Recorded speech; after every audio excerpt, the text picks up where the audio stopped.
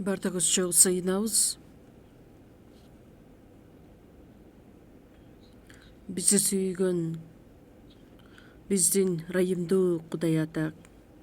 Кудай сиз белгилеп койгон бул дүйнөнүн акырында дүйнөнүн көптөгөн адамдардын ичинен бизди биринчилерди өзүңүзгө чакырып куткарып алгандыгыңыз үчүн, дүйнөдөн айырмалап бизди ыйыктап, сиз чогуу болгон жыйынга жайгаштыргандыгыңыз үчүн сизге кызмат кыла тургандай кылып, жакшы кабарды таркатып, тил алчаак болуп жашашыбызга ар дайым жардам берип, бизди жетектеп келгендигиңизге ыраазычылык билдиребиз.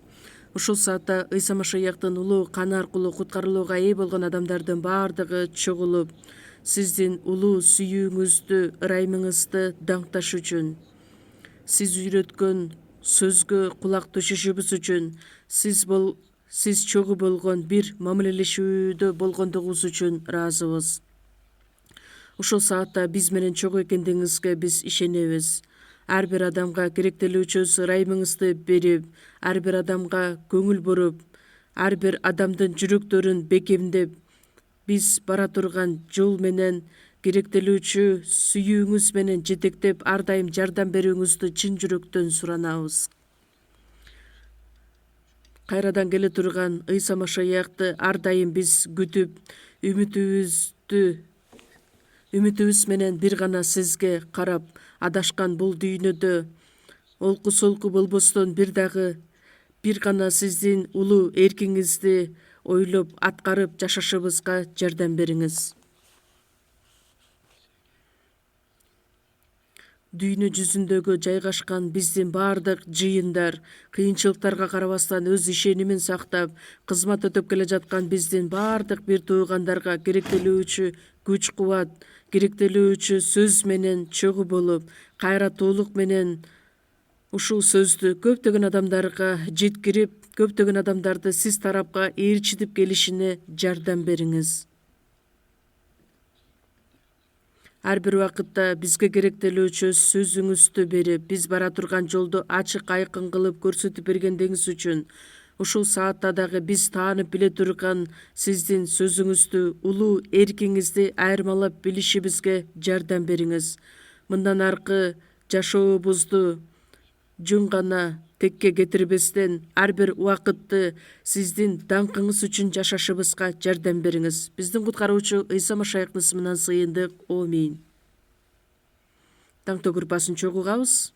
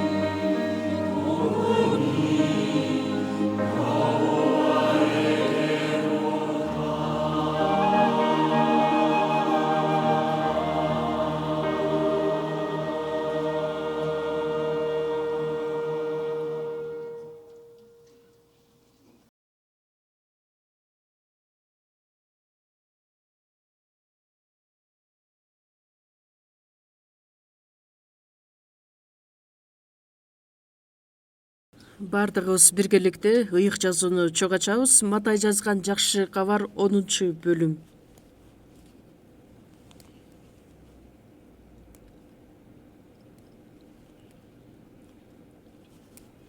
Матай жазган жакшы кабар 10-бөлүм.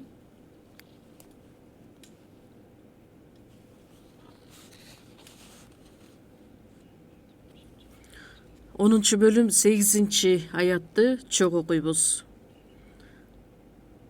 Матай 10-бөлүм 8-аят.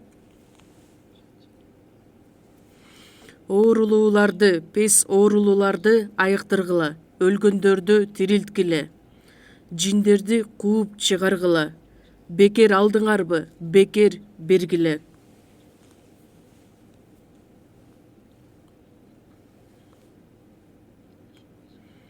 Ыйса Машаяктын айткан сөздөрүнүн бири: силер бекер алдыңарбы, бекер бергиле. Ушул сөзгө токтолуп, бүгүнкү биздин темабыз ушул жөнүндө болмокчу. Кененирээк бекер алган нерсебиз бул албетте Кудайдын ырайымы. Ырайымды биз адам өзүнүн аракети менен же болбосо кылган эмгеги менен албастан жөн гана бекер алган ырайым. Кудайдын берген ырайымы.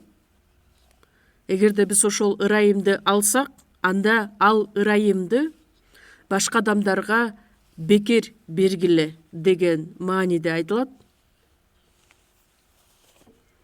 Биз сиздер менен куткарылууга ээ болгонго чейин меники болгон нерсенин баардыгы бул жеке мага таандык деп ойлогонбуз. Албетте бул меники, мен колдонушум керек деп. Бирок меники дагы меники, сеники дагы меники, башкалардыкын баардыгы меники деген ой менен жашаганбыз. Кандай кылган күндө адамдардын баардыгы эле өзүнүн атына менчиктештирип жашаганга аракет кылган. Забур китеби 48-бөлүмдө. Келиңиздер анда чогуу эле ачалы. Забур 48-бөлүм 12-аятта. Забур 48-бөлүм 12-аятта. Алардын ою боюнча үйлөрү түбөлүк турат, үй жайлары укумдан тукумга калат. Ошондуктан жерлерин өзлөрүнүн ысымдары менен аташат.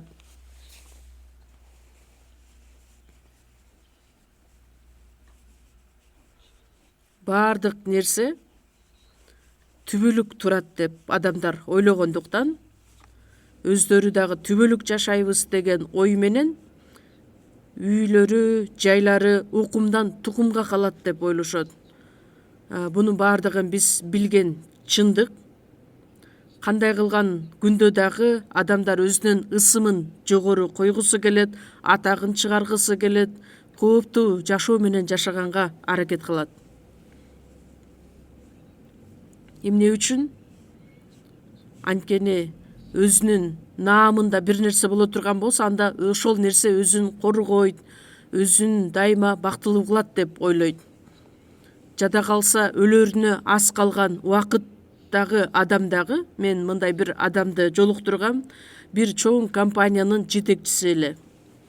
Ал менин таанышым деп дагы айтсам болот.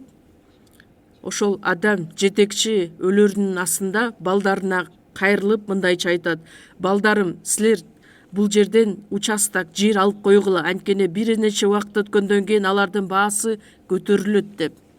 Элестетип көрсөңүздөр, өлөрүнө аз калган адам азыр жер менен кызыгып, өзүнүн балдарына мурас катары ошолорду калтырып кетүүнү каалайт.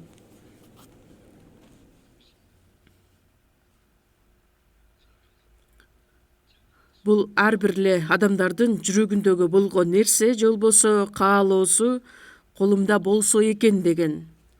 Бирок 17-аятты карасак, 17-18-аяттар. Ошол эле 48 забур 17-18 чогуу окуйбуз. Адам байый баштаганда, анын үйүнүн атак даңкы арта баштаганда коркпо.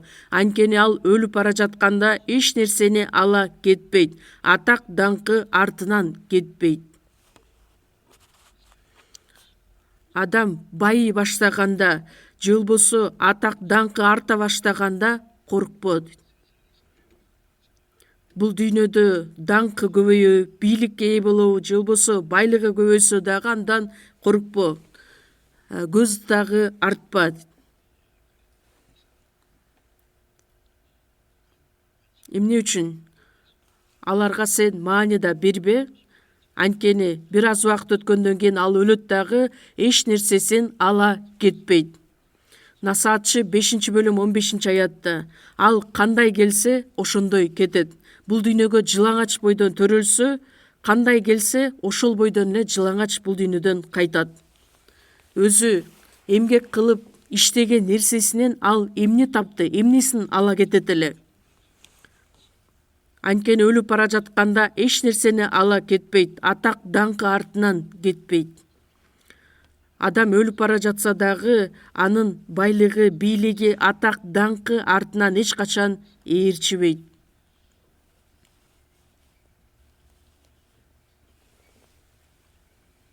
Андан сырткары Лука 12-бөлүмдө акылсыз бай адам жөнүндөгү насаат сөздөр айтылат. Ал адам болсо көптөгөн жылдарга жете турган байлык топтойт. Анан жаным эс ал, ичип же, көңүл ач деп айтат. Эмне анын жаны ичип жеген менен өзүн канааттандыра алат беле? Кудай ал адамга айтат: акылсыз, ушул түнү сенин жаның алынат. Ошондо сенин жыйып койгондоруңдун баардыгы кимге калат?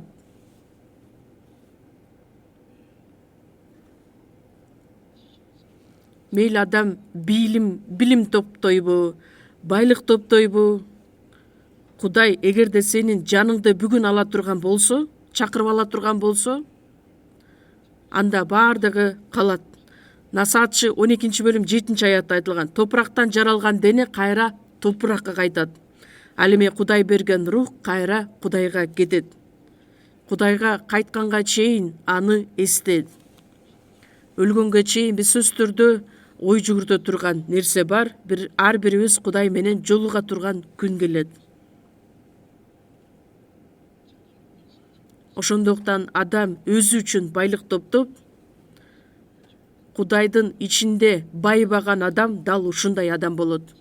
Кудайдын бейнеси боюнча жаратылган адам бул дүйнөдө жашап жаткан учурда бир нече жыл жашап, бул дүйнөдөгү жашоосу ал Кудай менен кандайча жолугушу керек деген көйгөйдү чечиш үчүн бул дүйнөдө жашап жатат деп айтсак болот. Анткени адамдын денеси топурактан жаралгандыктан бул дене чиригенден кийин, денеден рух чыккандан кийин кайрадан Кудайга кайтып кетет. Аюп китеби 19-бөлүмдө ошол жөнүндө айтылат. Бул дүйнөдөгү болгон нерсенин баардыгы убактылуу гана. Бир нече убакыт өтөт дагы анын баардыгы жок болот. Адам баласы өзү үчүн байлык топтойт, өзүнүн ысымын чыгарат. Бирок Кудай жөнүндө ойлонбойт дагы. Кудайдын эркин, даңкын ойлонбостон жашап келет. Бирок өзү ээ болгон ошол байлык Кудайдан келгенин билбейт. Эгерде Кудай үчүн жашай турган болсо, анда ошол байлыгын, баардык нерсесин түбөлүк нерсе менен Кудай алмаштырып, өзгөртүп берет эле. Бирок Кудайга тиешелүү эч бир нерсеси да жок. Өзү үчүн байыт, бирок Кудай үчүн байыбаган адам. Тескерисинче, ал адам Кудай менен жолугушууга бир дагы даярдыкты көрбөгөн адам. Насаатчы 5-бөлүм 15-аятта ал кандай келсе, ошондой кетет.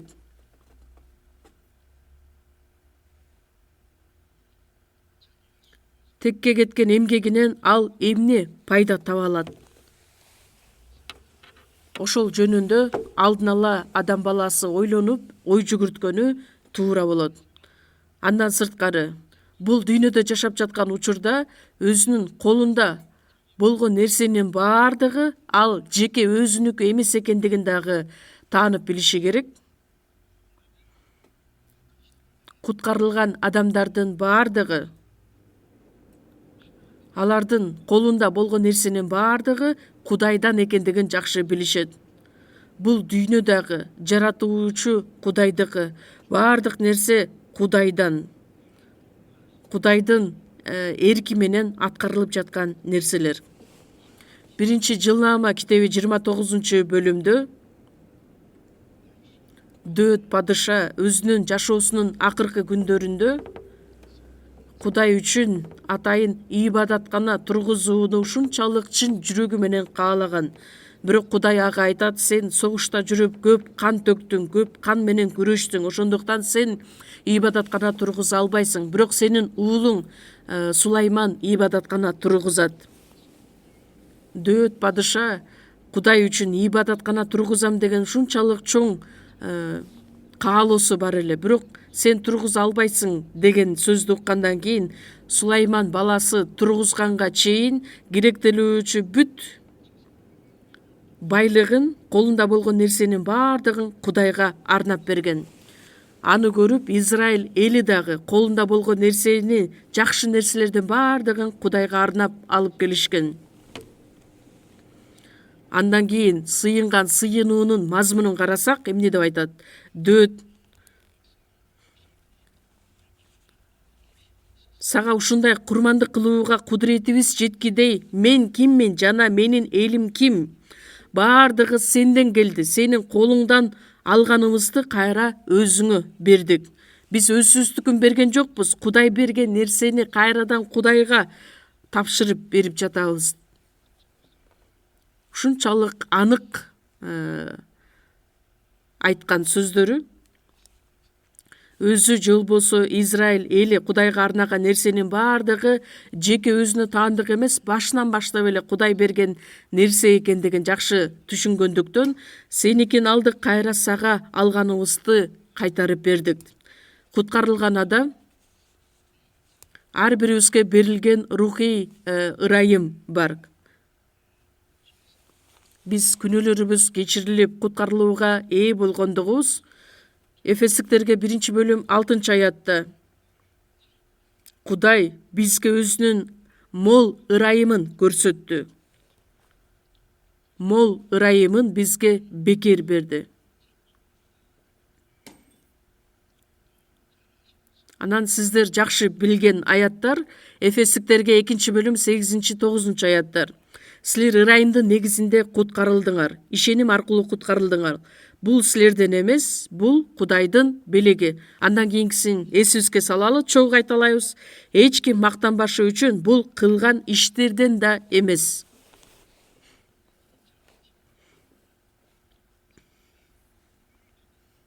Биз ээ болгон куткарылуу Кудайдын ырайымы аркылуу кабыл алган нерсе. Биз өзүбүз бир иш кылып алган ырайым эмес, бул белек. Ырайым жана белек деген сөз экөөнүн мааниси бир. Белек деле белекти адам жакшы бир иш кылгандыгы үчүн бербейт да. Анын белекти өзүнүн ыктыяры менен, өзүнүн каалоосу менен чын жүрөктөн арнайт.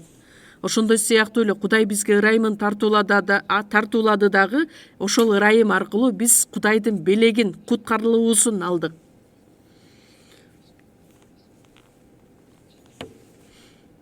Бул биздин кылган иштерибиз аркылуу эмес, же болбосо Кудайга кызмат кылгандыгы үчүн эмес. Биз күнөөгө баткан, Кудайдын сотуна татыктуу болгон адамдардан элек. Бирок Эфесиктерге 2-бөлүм 4-5 аятта ырайымга бай болгон Кудай өзүнүн улуу сүйүүсү менен кылмыштарыбыздын айынан өлгөн бизди Машаяк менен бирге тирилтти.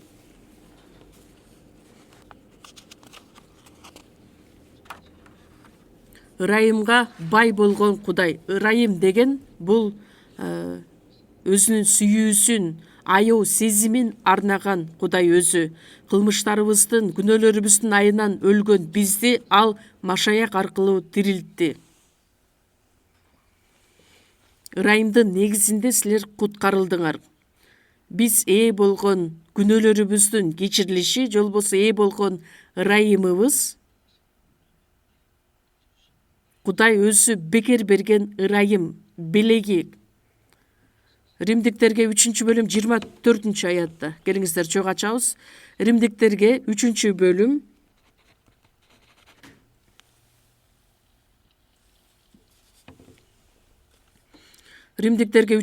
24-аят. Чыгып окуйбуз. Бирок бардыгы анын ырайымы менен Машаяк Ыйсанын кун төлөп куткаруусу аркылуу бекер акталышты. Ыйса Машаяк аркылуу кун төлөп бекер акталдык. Бекер акталдык деп, мисалы үчүн карызга баткан күнөөкөр адамды толугу менен аны куткарып алуу. Күнөөнүн айынан сотко бара турган адамдардын бардыгын Ыйса Машаяк кун төлөп бизди бекер куткарып алды, бекер актады. Жыйынтыгында Ыйса Машаяк кун төлөп куткаруусу аркылуу биз бардыгыбыз анын ырайымы менен бекер акталдык. Кылган эмгегибиз менен эмес, куткарылыш үчүн биз өзүбүздүн атыбыздан бир дагы эмгек кылган жокпуз. Бирок Ыйса Машаяк кун төлөгөндүктөн бекер акталдык. Биз болгон куткарылуу бул бирден бир Кудайдын белеги, ырайымы. Куткарылуу жана биз болгон тынчтык, түбөлүк өмүр. Асман падышачылыкка бара турган даңктуу үмүт. Ошонун баардыгын Кудай бизге бекер берди да. Баардыгы бизге бекер берилгендиктен Кудайдын ырайымы экендигин биз жакшы билебиз. Куткарылуу, түбөлүк өмүр. Мунун баардыгы бизге Теңирден келген нерселер. Анда эмне кылышыбыз керекпиз? Бекер алдыңарбы? Бекер бергиле.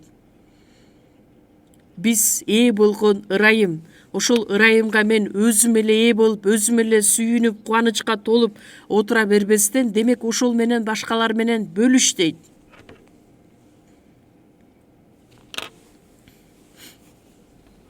Мисалы, бир адам жаман ооруга чалдыкты деп элестетели. Азыр онкология оорусуна чалдыккан адамдар өтө көп. Элестетсеңиздер, ошол дарттан ала турган бир дарыга болду. Ошол дарыны ичип, кереметтүү түрдө ал бардык дарттан айыкты. Анан ошол дары өзүндө дагы калып калды. Анда эмне кылышы керек? Өзүнө окшогон, ошол жаман дартка кабыл болгон адамдар менен бөлүшүшү керек да.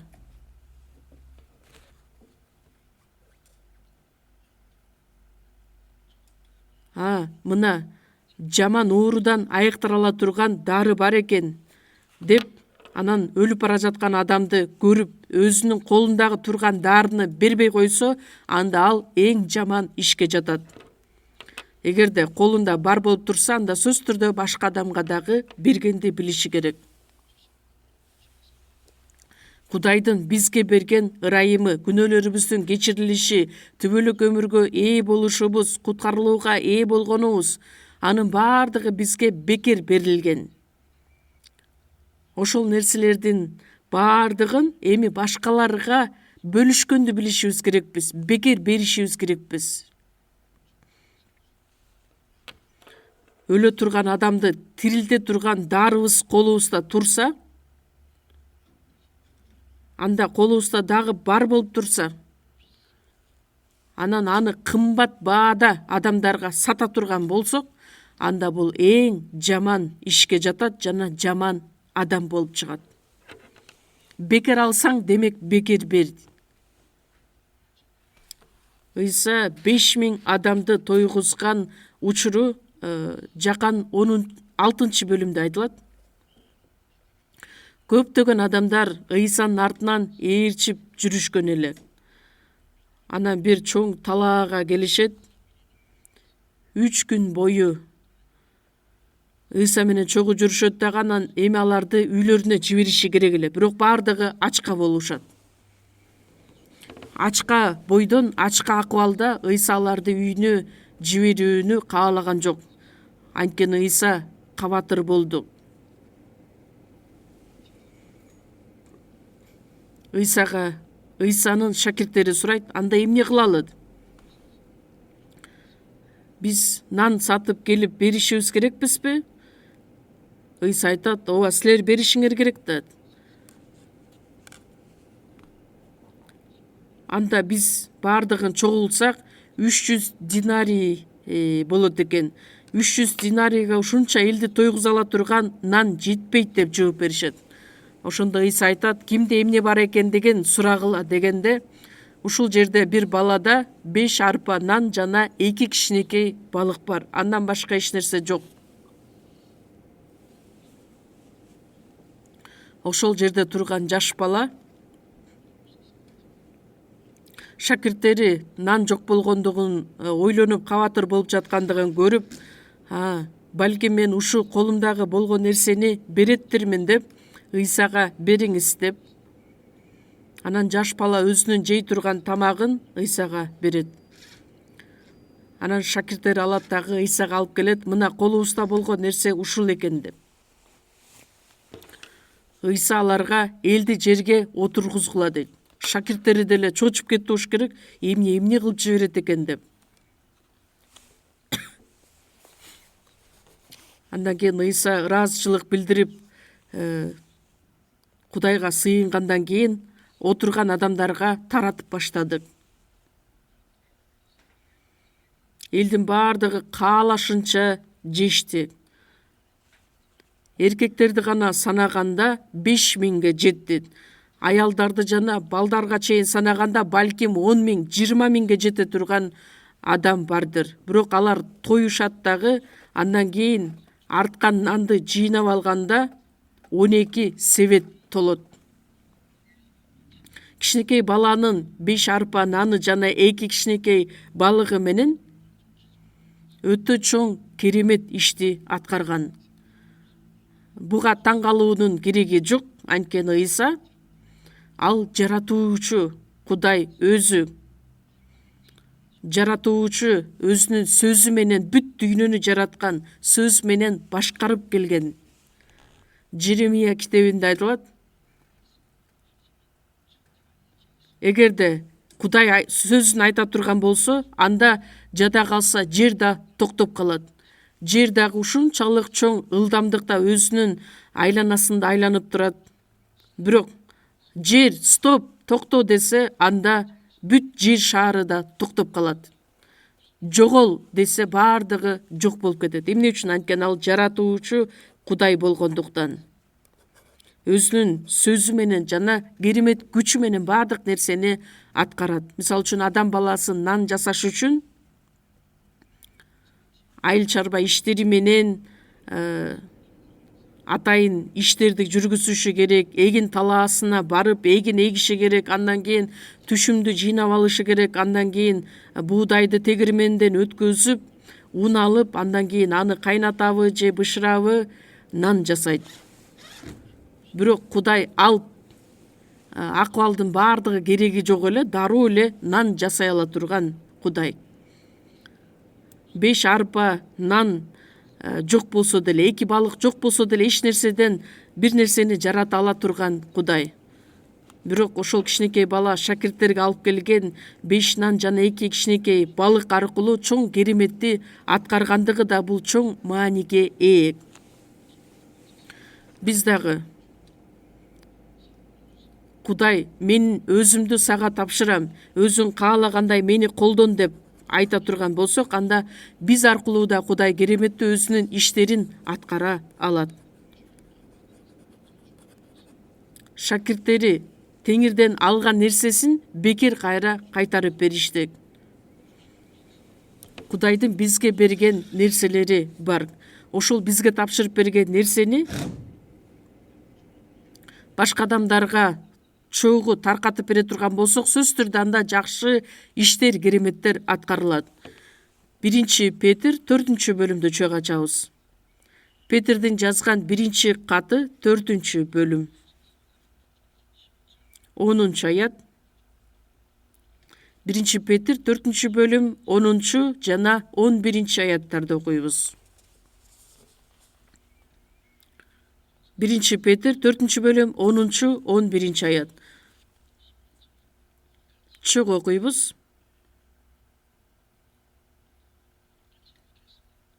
Ар бириңер Кудайдан алган жөндөмдүүлүгүңөр менен бири-бириңерге кызмат кылгыла. Кудайдын ырайымы менен берилген көп түрдүү жөндөмдүүлүктөрдү жакшы үй башкаруучулар катары колдонгула. Ким сүйлөсө, Кудайдын сөзүн сүйлөгөндөй сүйлөсүн. Ким кызмат кылса, Кудай берген күчүнө жараша кызмат кылсын. Ошентип Кудай бардык нерседе Ыйса Машаяк аркылуу даңкталсын. Даңк жана бийлик түбөлүктөн түбөлүккө аныкы. Аминь.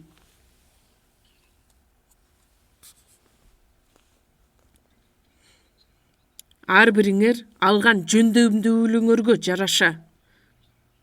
Ар бир куткарылган адамга Кудай өзгөчө жөндөмдүүлүктөрдү берген. Кудайга кызмат кылыш үчүн, жакшы кабарды таркатыш үчүн, жыйында кызмат кылыш үчүн ар бир адамга керектелүүчү өзүнүн жөндөмдүүлүктөрүн берген. Ошон жөндөмдүүлүгүңөр менен бири-бириңерге кызмат кылгыла. Жакшы үй башкаруучулар катары. Үй башкаруучу бул кожоюндун нерсесин толук кабыл алат дагы, андан кийин башкарат. Башкаруучу деп айтсак болот. Кожоюндун бардык мал мүлкүн туура башкарып баруу. Жакшы үй башкаруучулар катары колдонгула. Ким сүйлөсө, Кудайдын сөзүн сүйлөгөндөй сүйлөсүн. Бул сөздүн мааниси кандай? Жада калса сүйлөгөн учурда дагы өзүбүздүн оюбуз, өзүбүздүн айткан сөзүбүздүн алыстабастан, билимибизди жөнөт айтпастан Кудайдын сөзүндөй сүйлөшүбүз керекпиз. Кудайдын сөзүнө дал келе турган сөздөрдү сүйлөшүбүз керекпиз. Эгерде Кудайдын сөзүнө дал келбеген сөздөр, жалган сөздөр, жаман сөздөр боло турган болсо, албетте бул чоң көйгөйдү жаратат.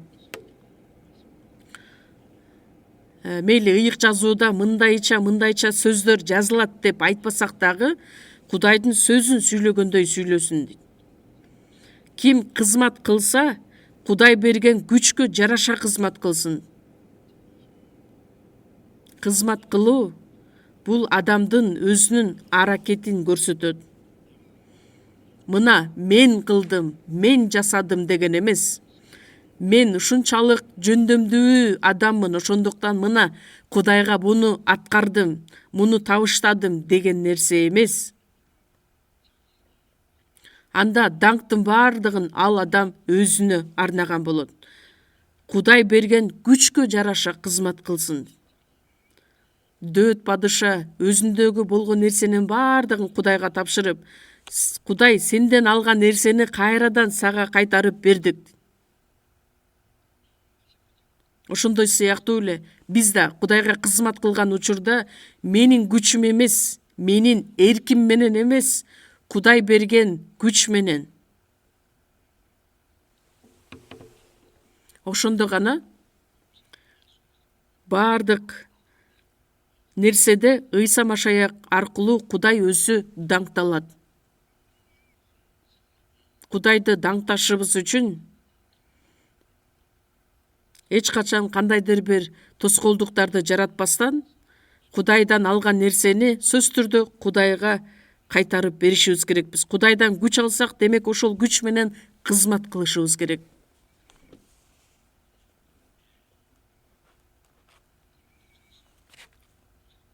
Корунтуктарга жазылган 1-кат 9-бөлүмдө чөг ачабыз.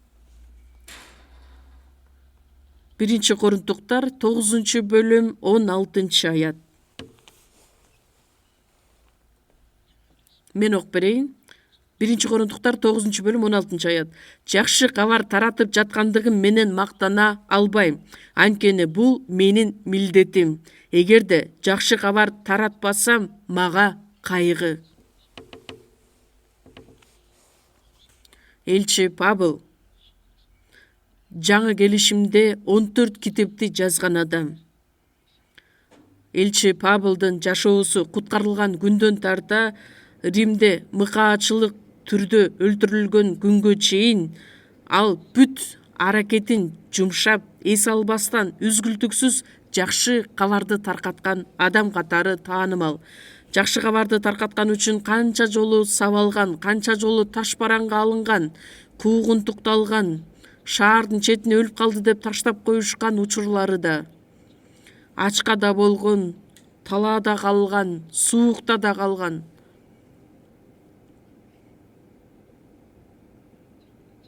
Бирок Элчи Павыл айтат, мен эч нерсе менен мактана албайм.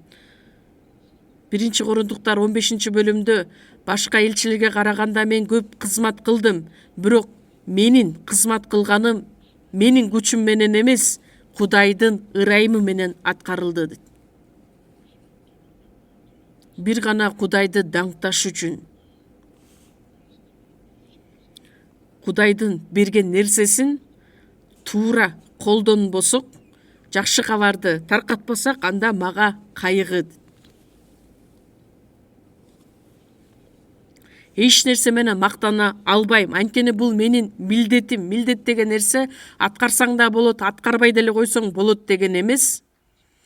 Элчи Павыл бүт күч аракетин жумшап жакшы кабарды таркаткан эле, бирок мен эч нерсе менен мактана да албайм. Анткени Кудай берген ырайым. Элчилердин иштери 20-бөлүм 24-аятта. Мен эч нерсеге карабайм, жада калса өзүмдүн өмүрүмдү да аябайм. Теңир Ыйса тапшырган кызматты, Кудайдын ырайымы жөнүндөгү жакшы кабарды таратуу ишин аягына чыгарсам эле болду. Элчи Павыл Дамаск шаарына бара жаткан учурда Ыйса менен жолугат дагы ошол күндөн тарта теңир үчүн кызмат кылган адам болот. Бир гана Кудайдын ырайымын элдерге жеткириш үчүн элчилер бутпарастардын элчиси кылып шайлаган, дайындаган. Кудайдын жалгыз уулу Ыйса Машаяк айкаш-чыгашта кадалып төккөн каны ошол Кудайдын ырайымы.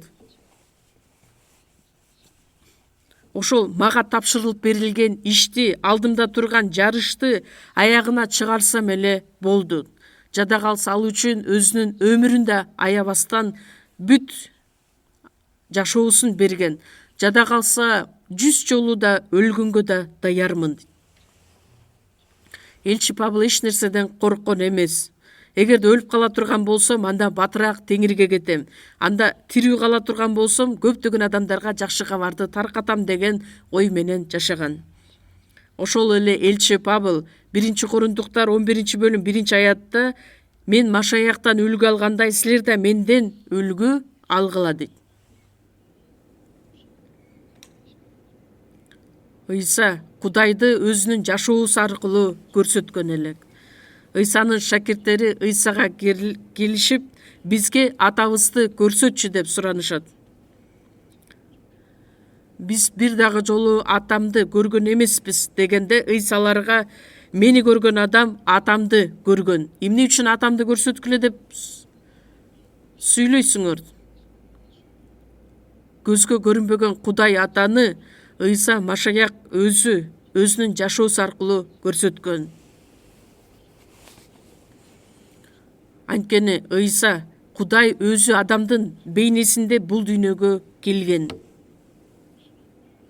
Кудайдын сөзү, Кудайдын күчү, анын бардыгы Ыйса Машаяктын жашоосу аркылуу көрсөтүлгөн. Мени көргөн адам атамды да көргөн. Элчи Павыл, мен Машаяктан үлгү алгандай үлгү алдым. Элчи Павылдын бүт жашоосу Ыйса Машаякты толук чагылдырылган жашоо эле. Ыйса Машаяк Элчи Павылдын жашоосу аркылуу кайрадан өзүн көрсөткөн. Мен Машаяктан үлгү алдым. ким, кандай адам ушул сөздөрдү айта алат эле? Силер да эми менден үлгү алгыла. Көптөгөн адамдар элчи Павылдан үлгү алышат. Ыйса Машаяктын артынан ээрчиген адамдар, Ыйса Машаякка окшош болуп жашаган адамдар.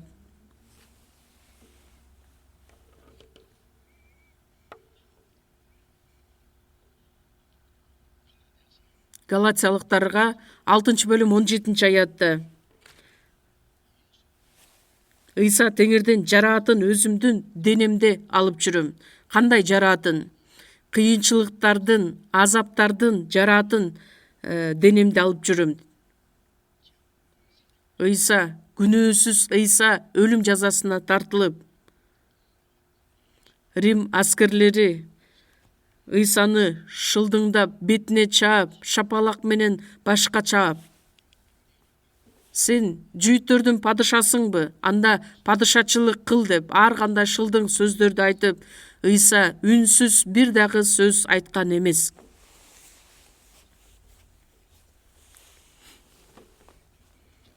Эй адамдар, менин ким экенимди билесиңерби? Мени ким менен байланышканыңарды билбей турасыңар окшойт деген сөздөрдү айтты беле? Жок. Бир дагы сөз үн чыгарбастан аягына чейин баардык кыйынчылыкты башынан өткөрүп, айкаш-чыгашты өзүнүн колуна алып, улам кулап кайра туруп, эртең мененки саат 9-дан түштөн кийинки саат 3-кө чейин 6 саат бою айкаш-чыгачка кадалган Ыйса бүт кыйынчылык, баардык азапты башынан өткөрөт да аткарылды деген сөздү айтат. Ыйса Машаяк бизди куткарып алыш үчүн канчалаган кыйынчылыкты башынан өткөрдү эле. Элчи Павыл дал эле ошол Ыйсанын басып өткөн жолунун издери менен баскан адам. Бизге берилген ырайымдын бардыгы Теңир биз үчүн айкаш-чыгачка кадалып өлүп берген ырайымы, жакшы кабар сөзү. Ошону күбөлөндүрүш үчүн элчи Павыл өмүр бою сөз менен жеткирүүгө мүмкүн эмес азаптарды башынан өткөргөн. Бир эле элчи Павыл эмес, баштапкы жыйындар учурундагы элчилердин бардыгы мыкаачылык түрдө өлтүрүлүшкөн. Элчилердин иштери 3-бөлүм 6-аятта Ыйса асманга көтөрүлгөндөн кийин элчилер жакшы кабарды таркатып баштаган учурда Иерусалимде ибадаткананын астында бир баса албаган адам отурат дагы. Петр жана Жакан алардын астынан өтүп бара жатып, оорулуу адам кайыр сурап отурган болот. Петр ал адамга эмне деп айтат? Менде алтын да, күмүш да жок. Бирок эмнем бар болсо ошону сага берем. Назареттик Ыйса Машаяктын атынан буйрук кылам, ордуңан туруп бас дейт. Элчилерде чынында эле акчасы жок болгон окшойт, анткени күмүш да жок, алтын да жок. Бирок менин колумда боргон нерсени сага берем. Ыйсанын ысымынан сага буйрук кыламын, ордуңан туруп бас дегенде, ал ошол заматта ордунан ырыгып турат дагы, секирип баса баштайт. Анан Кудайды даңктап, алар менен бирге ибадатканага кирет. Колумда эмне болсо ошону сага берем дейт. Биз азыркы учурда андай кереметти аткара албасак да, бизде азыр колубузда эмне бар? Бизге берилген рухий ырайым, мага берилген ден соолук, мага берилген жаштык, шаттык, кубаныч, мага берилген баардык нерсени сага да бере аламын. Бизде болуп турган нерсенин баардыгын Кудай бизге бекер берген. Ошол аркылуу жакшы кабарды таркатыш үчүн сөз түрдө колдонулушу керек.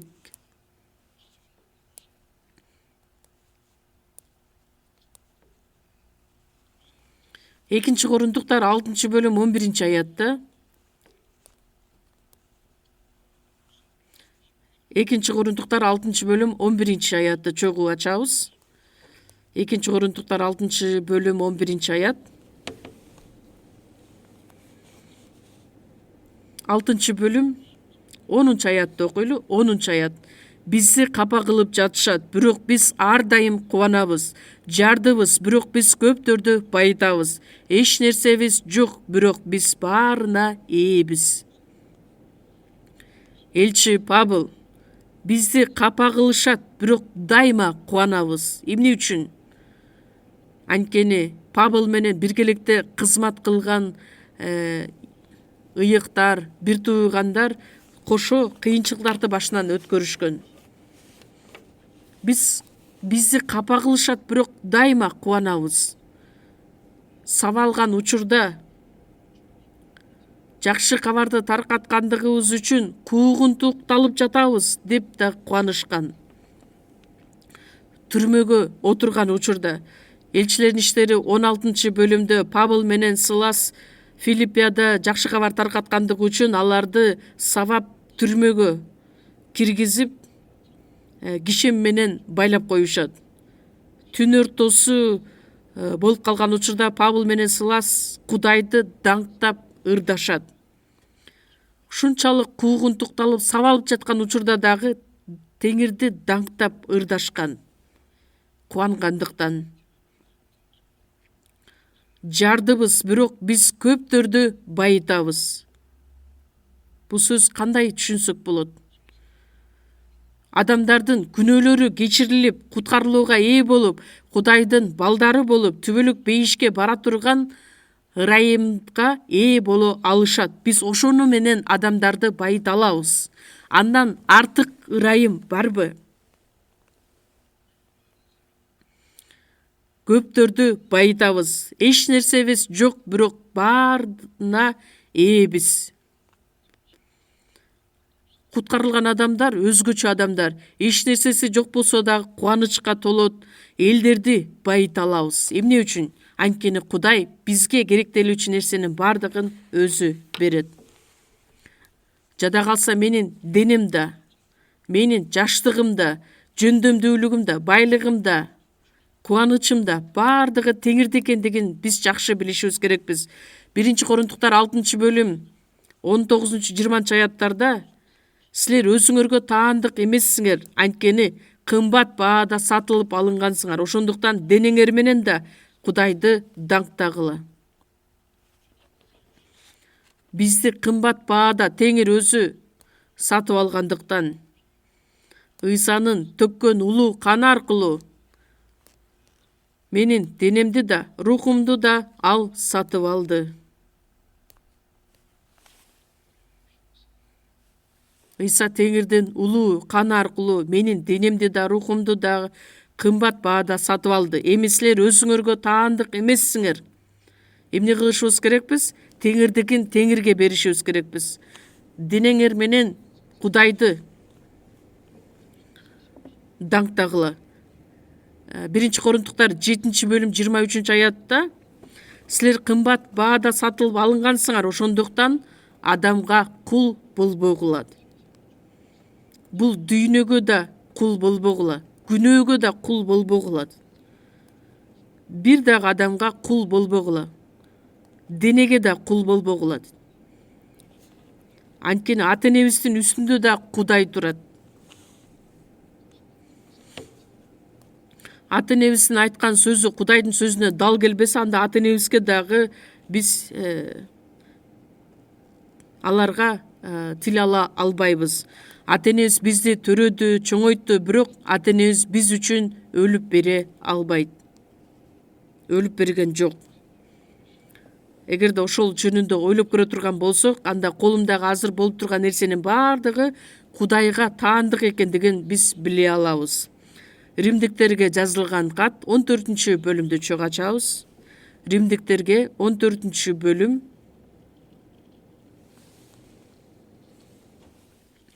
14-бөлүм 7-8 аяттар. Чогуу окуйбуз. Анткени эч кимибиз өзүбүз үчүн жашабайбыз жана эч кимибиз өзүбүз үчүн өлбөйбүз. Жашасак теңир үчүн жашайбыз, өлсөк теңир үчүн өлөбүз. Ошондуктан жашасак да, өлсөк да теңирдикибиз. Биздин арабызда, мына бул залда куткарылган адамдар көптөгөн бир туугандар отурушат. Биздин арабызда эч кимибиз өзүбүз үчүн өлбөйбүз, өзүбүз үчүн да жашабайбыз. Туурабы? Туурабы? Чынбы ушул нерсе? Биздин арабызда баардыгы өздөрү үчүн өлөт, өздөрү үчүн жашайт деген сөз туура эмес болуп калмак. Эмне үчүн? Анткени 2-Корунтуктар 5-бөлүм 14-аятта Ыйса баардык адамдар үчүн өлдү. Биз таанып биле электе эле Кудайдын жалгыз уулу мага окшогон күнөөкөр үчүн ал өзүнүн жанын берди. Бизди куткарып алды. Биз Кудайдын балдары болдук. Ошол себептен ал баардыгыбыз үчүн өлгөндүктөн биз жыйынтыгында тирүү калдык. Жаныбыз куткарылды. Эми биз баардыгыбыз кайрадан өзүбүз үчүн эмес, Кудайдын ырайымы менен куткарылган адамдардын баардыгы өзү үчүн эмес, алар үчүн өлүп кайрадан тирилген Машаяк үчүн жашасын деп тирилдик. Куткарылган адам мындан аркы жашоосун өзү үчүн эмес, өзү үчүн өлбөйт дагы. Анткени биз өлсөк дагы, жашасак дагы теңирдикибиз. Жашасак да теңир үчүн, өлсөк да теңир үчүн деген ыр бар го. Баардыгы теңир үчүн өлүм деген адам сөз түрдө теңир үчүн туура, татыктуу жашоо менен жашай ала турган адам. Биздин жыйында пасторларыбыз, жетектелерибиз, насаатчыларыбыз өтө көп дүйнө жүзүндө дагы. Ошол биздин пасторлордун алдыга койгон девизи бар, максаты бар. Биз кооз жашоо үчүн орун тандабастан, теңир үчүн, кооз өлүм үчүн жашайбыз деп.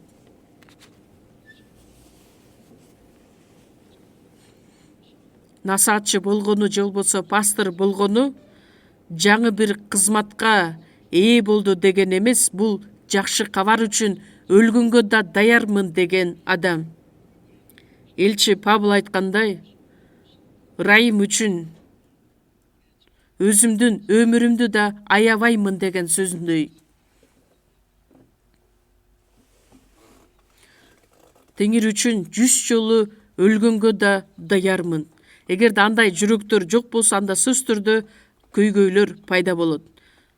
Бирөөбүз дагы өзүбүз үчүн жашабайбыз, бирөөбүз да өзүбүз үчүн өлбөйбүз. Анткени өзү үчүн жашай ала турган, өзү үчүн өлө ала турган укугу да жок. Жашаса да, өлсө да теңир үчүн. Жашасак да, өлсөк да биз теңирдикибиз.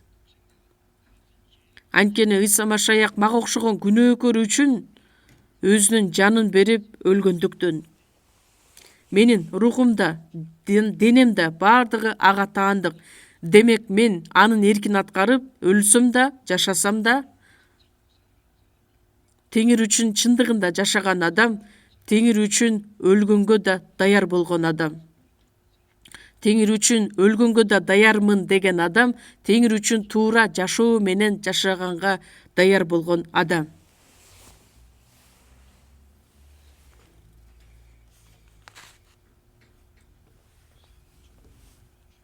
Жашасак да, өлсөк да теңирдикибиз. Ошол эле 9-аятта, 14-бөлүм 9-аят. Чоң окуйбуз. 9-аят. Машаяк өлгөндөрдүн да, тирүүлөрдүн да теңири болуш үчүн өлүп кайра тирилген.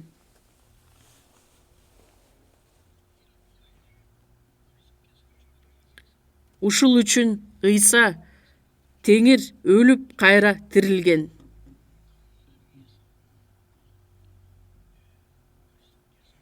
Машаяк өлгөндөрдүн да тирүүлөрдүн да теңири болуш үчүн өлүп кайрадан тирилген.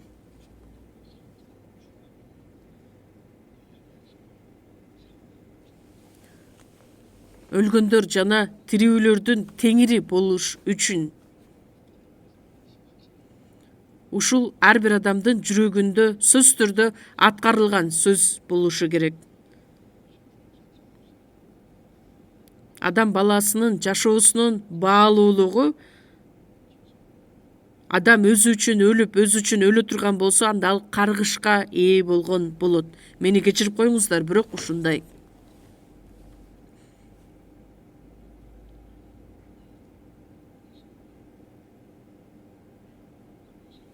Ошондуктан мындан аркы жашообузду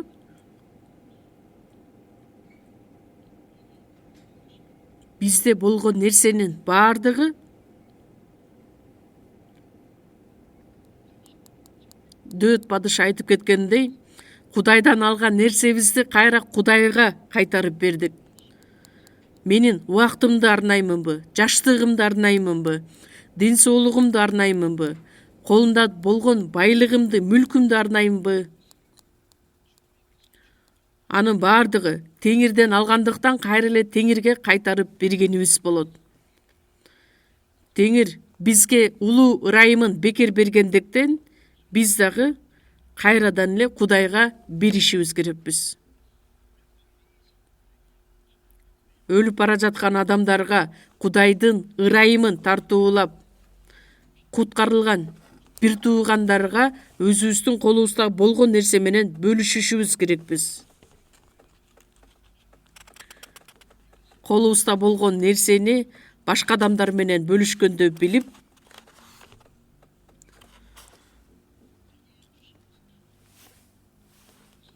мага берилген нерсени башка адамдар менен бөлүшүп, мен үчүн, үй бүлөм үчүн гана колдонбостон, ошол колумда болгон нерсе менен муктаж болгон адамдардын баардыгына бөлүшкөнгө аракет кылышыбыз керекпиз. Анткени мага тапшырылып берилген нерсени өзүм эле меники деп эсептебестен, өзү каалашынча колдонуп,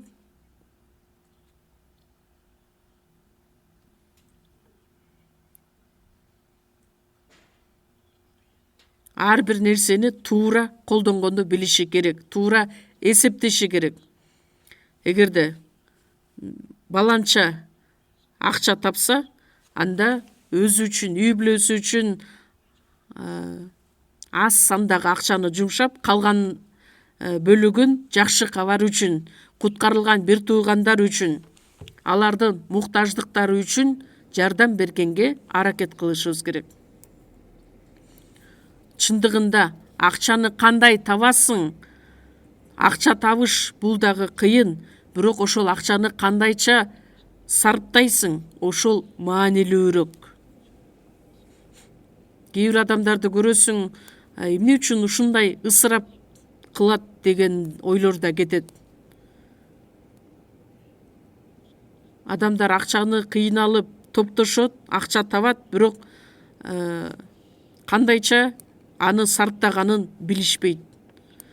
Куткарылган адамдардын жашаган жашоосунун максаты кандай экендигин билиш керек болсо, анда ал адам акчаны, байлыкты кандайча колдонот, ошол аркылуу билсең болот. Кээ бир учурда Кудай адамды бай да кылат, кедей да кылат.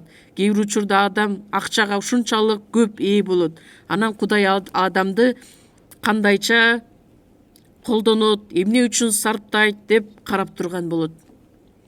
Өзү үчүн жумшайбы же эң баалуу деп эсептелген Кудайдын эрки үчүн, Кудайдын даңкы үчүн сарптайбы, арнайбы? Ошол акчаны короткондугу аркылуу адамдын ишеними, жашоосунун баалуулугу баардыгын биле алсаң болот. Жада калса мүнөзүнө чейин биле алсаң болот. Эгерде адамга акча берип өзүң каалашыңча колдон десең, анда ал адам кандай акчаны колдонот, ошол аркылуу адамдын кандай экендигин биле алсаң болот. Ал адамдын жашоосунун максаты эмне менен байланыш. Ошондуктан акчаны туура колдонуу бул акча тапканга караганда да кыйыныраак деп айтышат. 1 Тессалоникалыктарга жазылган кат 2 бөлүм 8 аятты чогуу ачабыз. Тессалоникалыктарга жазылган 1 кат 2 бөлүм 8 аят.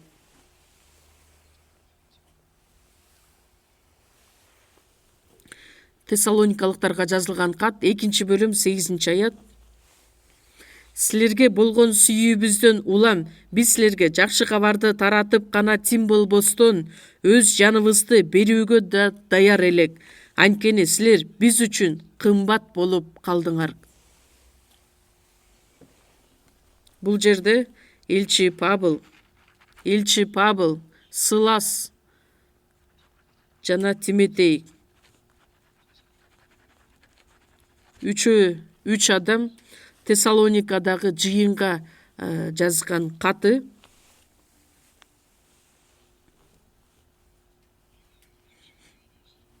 Биз силерди ушунчалык сүйгөндүктөн Тессалоникадагы бир туугандарды сүйүп, жакшы кабарды таратып эле тим болбостон өз жаныбызды берүүгө да даяр болдук. Жакшы кабар менен гана эмес, жакшы кабарды таркатып болду деп эле койбостон өзүнүн өмүрүн, жанын бергенге да даяр элек. Анткени силер биз үчүн кымбат болуп калдыңар. Жакшы кабарды таркаткан адамдар, жакшы кабарды таркаттык, эми силер биз үчүн кызмат кылгыла. Жегенге тамак бергиле, биз менен бир нерсеңер менен бөлүшкүлө деген бир нерсени үмүттөтүп, жакшы кабарды таркаткан ал туура эмес. Баарынан мурда Кудайдын падышачылыгын жана адилеттигин издегиле. Ошондо мунун баары силерге кошулуп берилет. Бизге денеге керектелүүчү нерсенин баардыгын Кудай өзү камсыз кылып берет.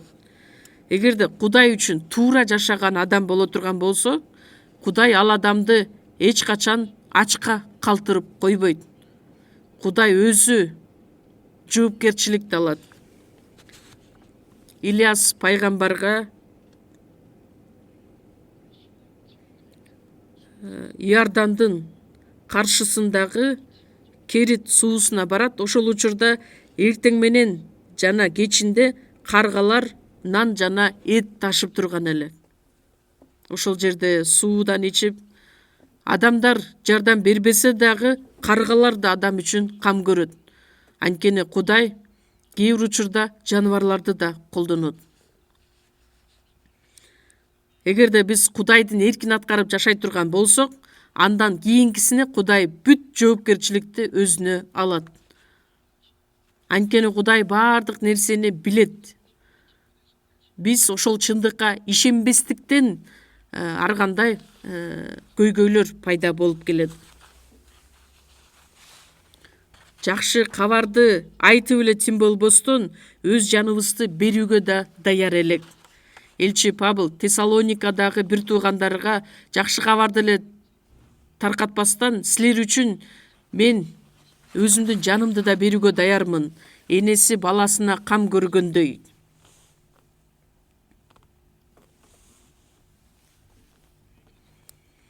Жакшы кабар бизге чейин жетиш үчүн канчалаган адамдар ошол кызмат кылып отуруп, өлүмгө да дуушар болушту. Билесиздерби? Көптөгөн адамдар бизге жакшы кабар жетсин деп кызмат өтөп келе жатып, өлүмгө да дуушар болушкан. Мен жаңыдан жакшы кабарды таркатып жаткан учурда бир нече жыл бою катарынан насаатчылар, же болбосо пасторлар айлык алат деген ой менде жок эле. Ошондуктан бизге кечке коноктор келе берди, аларды сыйлашың керек. Анан бизде болгон күрүч, тамак аш түгөнү баштады. Коноктор келген сайын келе берди да. Бирок бизде эч кандай кайгыруу деген болгон жок. Анткени Кудай кантип эле бизди ачка калтырып койсун деген. Андан кийин Чежу деген аралына барып семинар өткөн учурда ошол көйгөйлөрдүн баардыгы чечилди дагы ордорду менен болду. Бизге күнүмдүк наныбызды бер деп сыйынабыз го. Кудай күнүмдүк тамакты, күнүмдүк наныбызды бизге өзү берип келет. Бир айга жете турган тамагың турса, күрүчтөрүң толуп турса, бизге күнүмдүк наныбызды бер деп сыйынсак ал кандай болуп калат? Күрүч болсо да, тамак аш болсок дагы күнүмдүк наныбызды бер деп сыйынышыбыз керекпиз. Анткени күн сайын биз эмне ичебиз, эмне жейбиз, эмне кийебиз деген түйшүк тартпастан кандай кылган күндө биз Кудайдын эркин аткарып жашай алабыз, Кудайга кантип жагып жашай алабыз деген күн сайын ошол нерсе менен алек болуп, ойлонуп жашашыбыз керекпиз. Анткени бул Кудайдын бизге берген убадасы. Жакшы кабарды таркатып, адамдардын жанын куткарып алыш үчүн жардам беришибиз керекпиз. Ата энеси балдарын төрөйт, андан кийин балдары эр жеткенге чейин көптөгөн аракетин жумшашат. Куткарылган бир туугандарга биз колдон келишинче жардамыбызды көрсөтүп, алар руханий жактан жакшы деңгээлге жетиши үчүн жардамыбызды аябастан. Биринчиден куткарылууга ээ болгон адамдар кийинки жакынкы эле аралыкта куткарылууга ээ болгон бир туугандарга кам көрүшү керек, жардам көрсөтүшү керек, сөзсүз түрдө.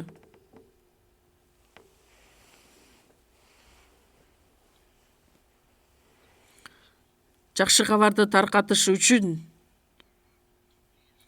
жана жакшы кабарды таркаткан адамдарга жардамыбызды көрсөтүшүбүз үчүн ар дайым кызмат кылып, эч бир нерсе үмүттөнүп күтпөшүбүз керекпиз. Мен сага жакшы кабарды айттым, демек сен да мага бир нерсе кылып бер деп.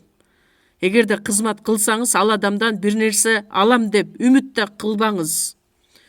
Эгерде үмүттөнүп отура бере турган болсоңуз, анда сиздин жашооңуз олку-солку болот. Ышая 55-бөлүм 1-аятта чоң эле ачалы. Ышая 55-бөлүм 1-аят.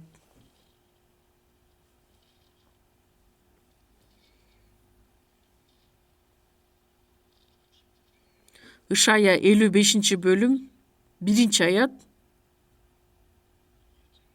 Чоң окуйбуз.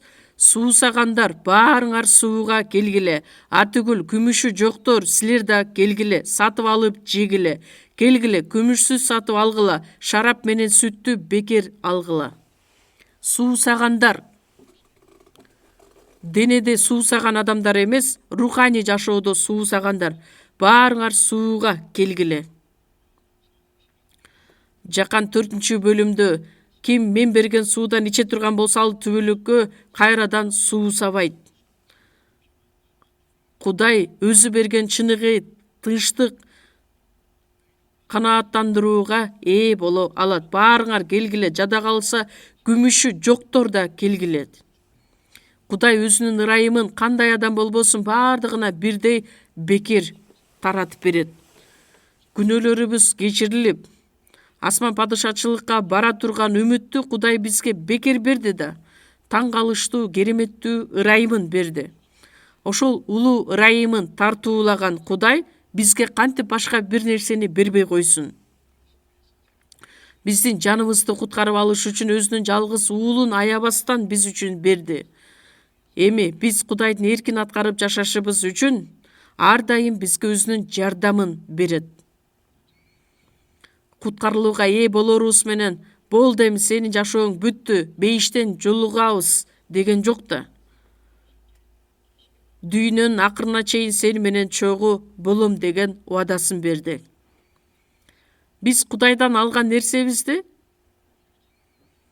адашкан адамдар менен бөлүшүп, алар да куткарылып калсын деп, ишеними алсыз адамдарга жардам көрсөтүп, алар дагы ишениминде бекемделиши үчүн колдон келген аракетибизди жумшашыбыз керекпиз.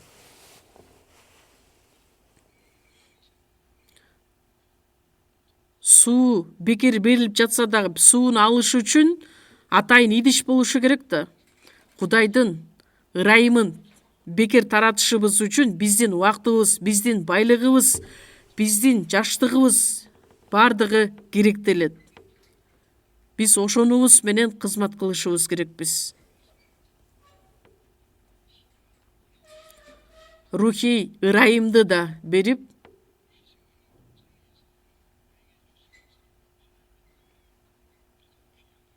Кудайдын эрки боюнча эң жакшы, даңктуу түрдө колдонулушу керек. Матай 20-бөлүм 28-аят. Матай 20-бөлүм 28-аят. Чогуу койбуз. Анткени адам уулу да өзүнө кызмат кылдыруу үчүн эмес, тескерисинче өзү кызмат кылуу үчүн өз жанын берип, көптөрдү куткаруу үчүн келген деди. Ыйса өзүнүн сөзүндө айтат: "Мен бул дүйнөгө келгеним адамдарды кызмат кылдырыш үчүн эмес, тескерисинче кызмат кылыш үчүн."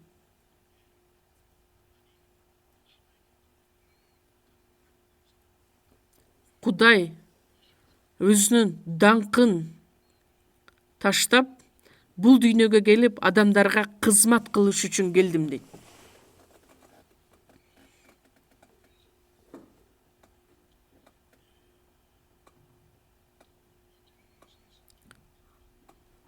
Кызмат кылдыруу үчүн эмес, кызмат кылыш үчүн, өзүнүн жанын берип көптөрдү куткарып алыш үчүн келди.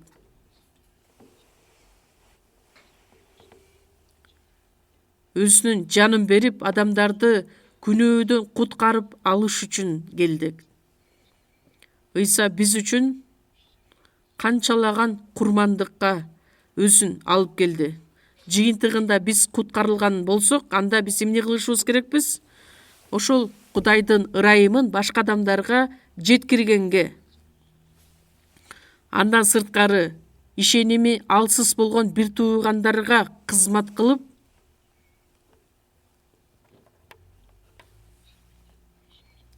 Элчилердин иштери 20-бөлүмдө 33-аяттан баштап карасак, элчи Павыл мындайча сөздөрдү айткан болот: "Мен эч кимден күмүштө, алтында, кийимде каалаган жокмун. Анткени өзүмдүн колум менен эмгектенип, башкалардын мукташтыгы үчүн жардамымды көрсөттүм." Элчи Павыл өзү эмгектенип, иштеп отуруп, адамдардын мукташтыгына жардамын көрсөткөн. Мен дагы ошол элчи Павылга окшош болуп жашайын деп, жумушту да иштеп, анан элдерге кызмат кылайын деп ойлодум эле, бирок иштеп дагы Кудайга кызмат да кыла албайт экенсиң. Албетте элчи Павыл ар дайым түрмөгө да отурган, куугунтукка да алынган, ар дайым эле эмгектене да алган эмес. Прискила, Акила жүйүттөрдүн арасынан дагы бир туугандар Павылдын кызматташтары катары ар дайым өзүнүн жардамдарын көрсөтүп келишкен. Палатка жасай турган иш аткарган эле. Ар дайым эмес, анткени ар дайым ал иш менен алек боло алган эмес, өз колу менен эмгектенип, жанындагылардын мукташтыгы үчүн кам көргөн эле. Алганга караганда берген жакшы деген сөздү унутпагыла. Алганга караганда берген жакшы. Бирок биз бардыгыбыз эле алганды жакшы көрөбүз да.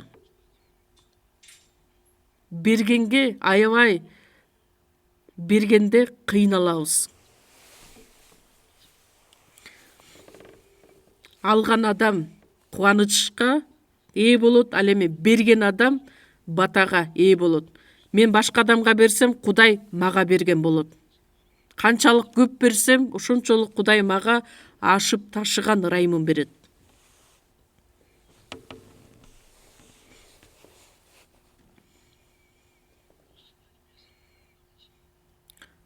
Кудайдын сүйүүсү биз машаякчыларбыз да. Машаякчы деген сөз машаяк менен чогуу жашаган адам, куткарылган адам. Биринчиден Кудайды даңктап жашашы керек. Экинчиден адамдардын жанын куткарганга аракет кылышы керек. Үчүнчүсү эмне деп ойлойсуздар? Куткарылган бир туугандарга жардам берүү. Накыл сөздөр 3-бөлүм 27-аятта. Эгерде башкаларга жардам бере ала турган мүмкүнчүлүгүң бар болуп турса,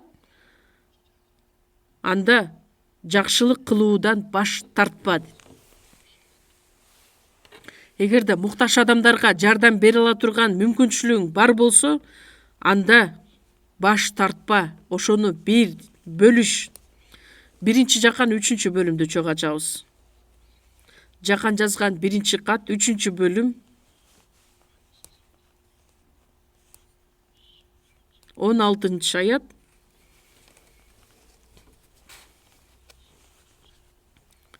Он 7-аяттар. Чогуу окуйбуз. Ал биз үчүн өзүнүн жанын бергендиктен сүйүүнүн кандай болоорун билдик. Ошондуктан биз да бир туугандарыбыз үчүн өз жаныбызды беришибиз керек.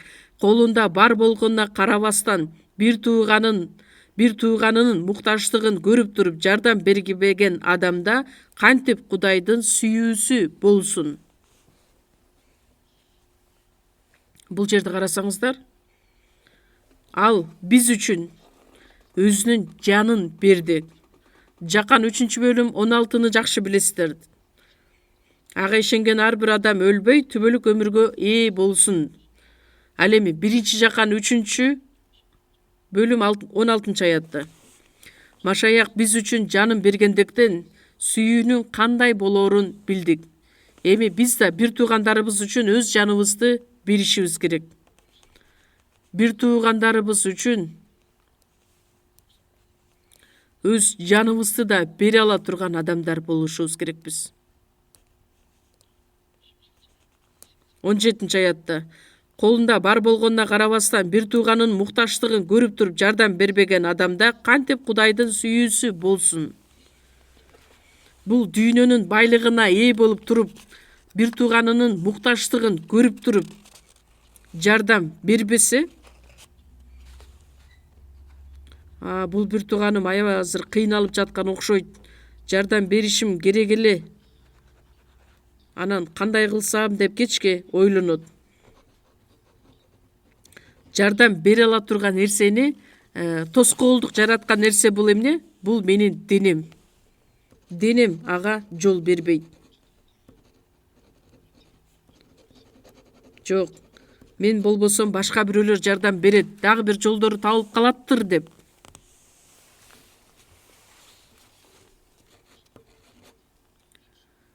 Өзүнүн бир тууганы үчүн жанын бергенге да даяр болгон адам, анан кантип колунда турган байлыгы менен жардам бере албаса, анда ал адамда кантип Кудайдын сүйүүсү жашайт. Сүйүү деген бул булак сыяктуудай. Булактан суу алсаң, кечке суу ага берет го. Бирок сууну албастан ошол бойдон калтырып кое турган болсок, ал суу чирип да кетиши мүмкүн. Сүйүү дагы сууну биз жерден сууруп алып алгандай эле, ошол сыяктуу эле сүйүүнү канчалык бере турган болсок,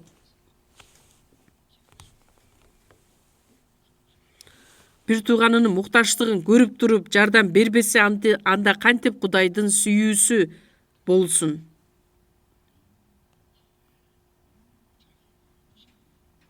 Өзүнүн кызыкчылыгын гана ойлобостон, башкалардын кызыкчылыгын ойлоп, куткарылган адам эч качан өзүмчүл болбошу керек.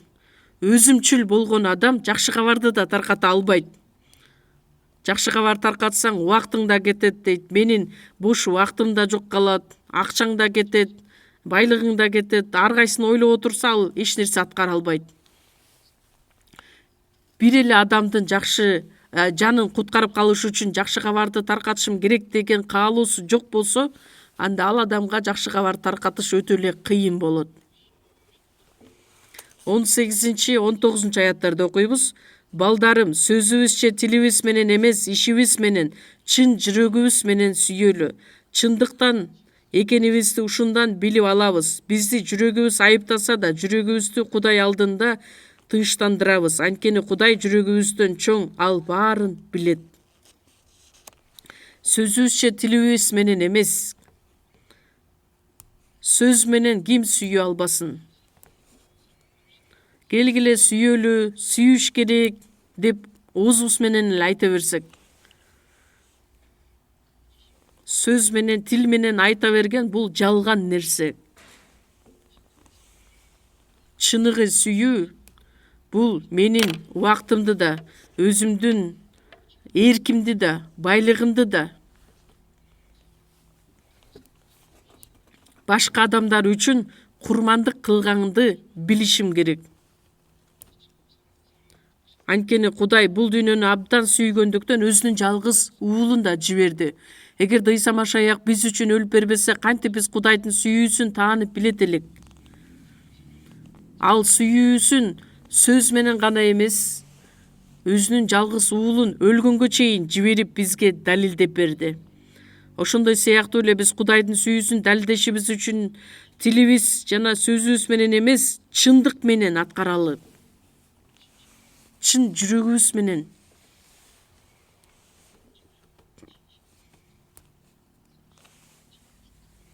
Ошондо чындыктан экенибизди адамдар билишет. Чындыгында чындык менен, чын жүрөк менен аткара турган болсок, адамдар, булар чындыктан экендигин биле алышат. Кудай биздин жашообузду дагы бекемдейт. Андай болбосо, Кудайдын алдында адам эч качан бекем боло албайт. Кудай менен адамдын ортосундагы тил албастык деген нерсе пайда болот.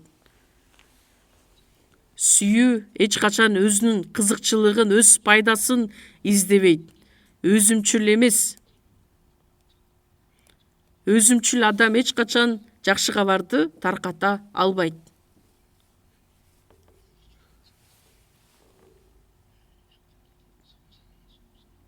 Өзүмчүл адам бир тууганын да сүйө албайт.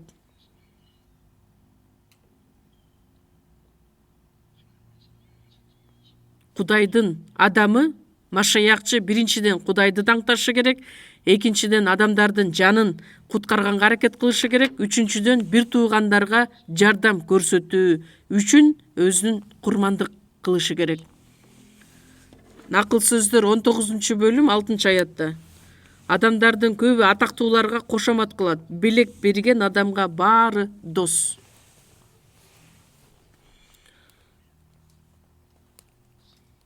Белек берген адамга баары дос болот.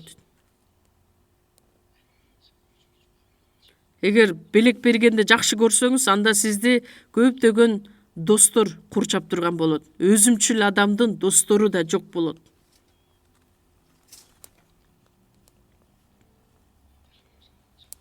Мен билесиздерби, биздин Корей эли баардыгы жүрөктөрү жакшы.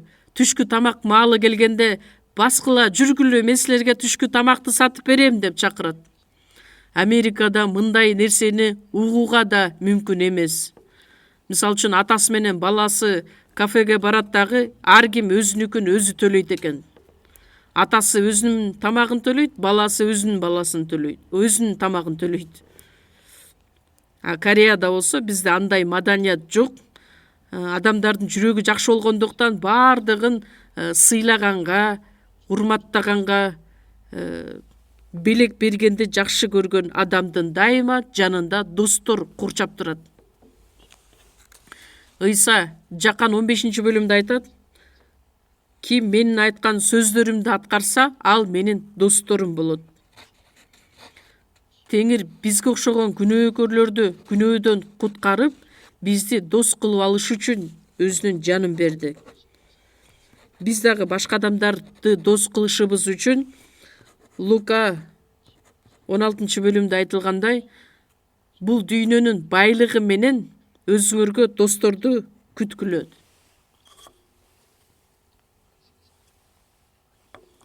Бул дүйнөдө жашап жаткан учурда бул дүйнөнүн достору менен эмес,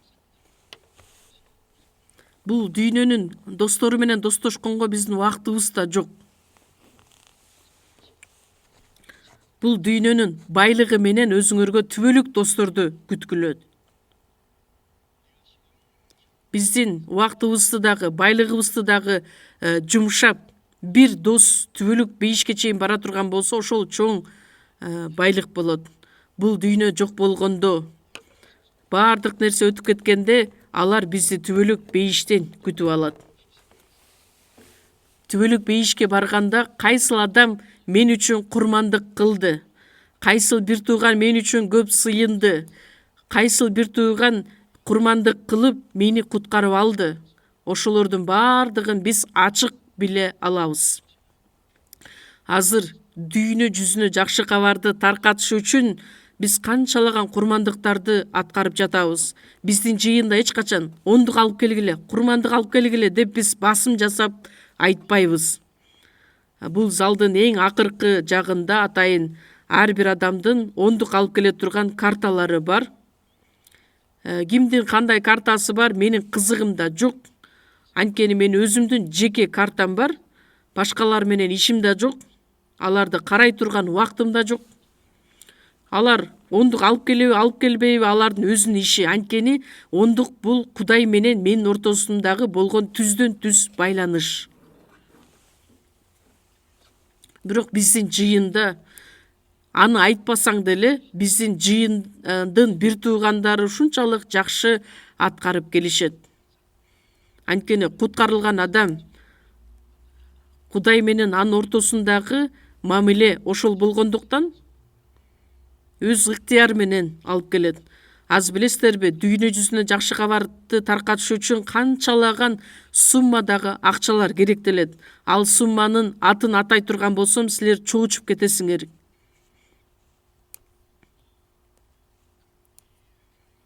Азыр дүйнө жүзү боюнча 82 мамлекетте 1100 күн сайын эле унутам да ушунучу, анткени күндөн күнгө саны көбөйөт.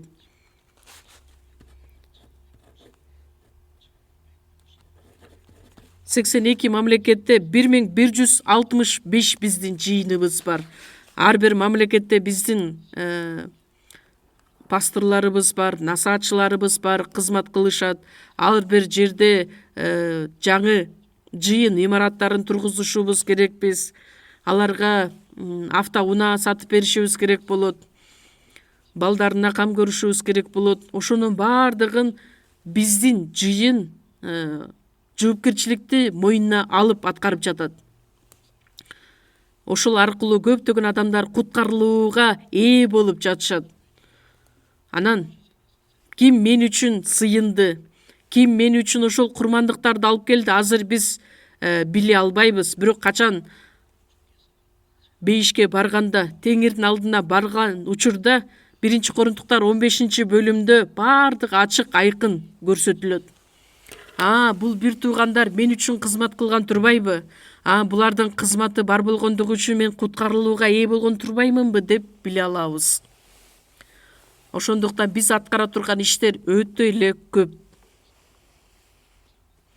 Бул дүйнөдө жашап жаткан учурда бизге берилген убакыт, байлык, мүлк, биздин жаштыгыбыз, жөндөмдүүлүгүбүз, талантыбыз баардыгы Теңир үчүн, жакшы кабар үчүн биз алар менен курмандык кылышыбыз керекпиз.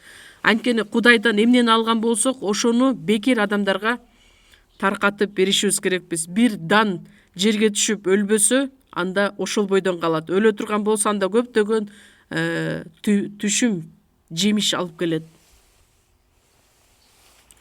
Ошондуктан бекер алдыңар, бекер бергиле. Бизди куткарып алган Теңир көптөгөн нерсени бизге берди. Мен ээ болгон ырайым. Ошол ырайымды башка адамдар дагы алып калышы үчүн мен баардык нерсемди бөлүшкөнгө аракет кылышым керек. Мен дагы бир жерди чогуу ачабыз. Лука жазган жакшы кабар 6-бөлүм. Лука жазган жакшы кабар 6-бөлүм. 38-аят. Чогуу окуйбуз. Бергиле, ошондо силерге да берилет. Жакшы ченем менен ченеп, ыкшап, бастырып, ашыра толтуруп этегиңерге төгүшөт. Анткени кандай ченем менен өлчөп берсеңер, силерге да ошондой ченем менен өлчөнүп берилет.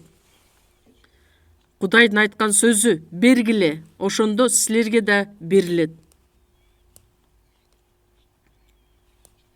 Мен берсем, Кудай үстүнөн мага берет.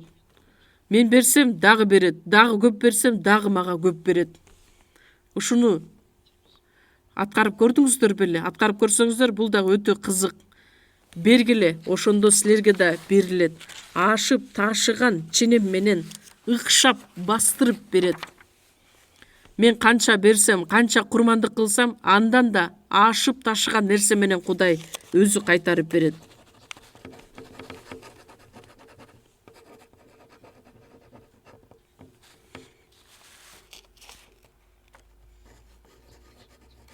Накыл сөздөр 11-бөлүм 24-аятта бир адам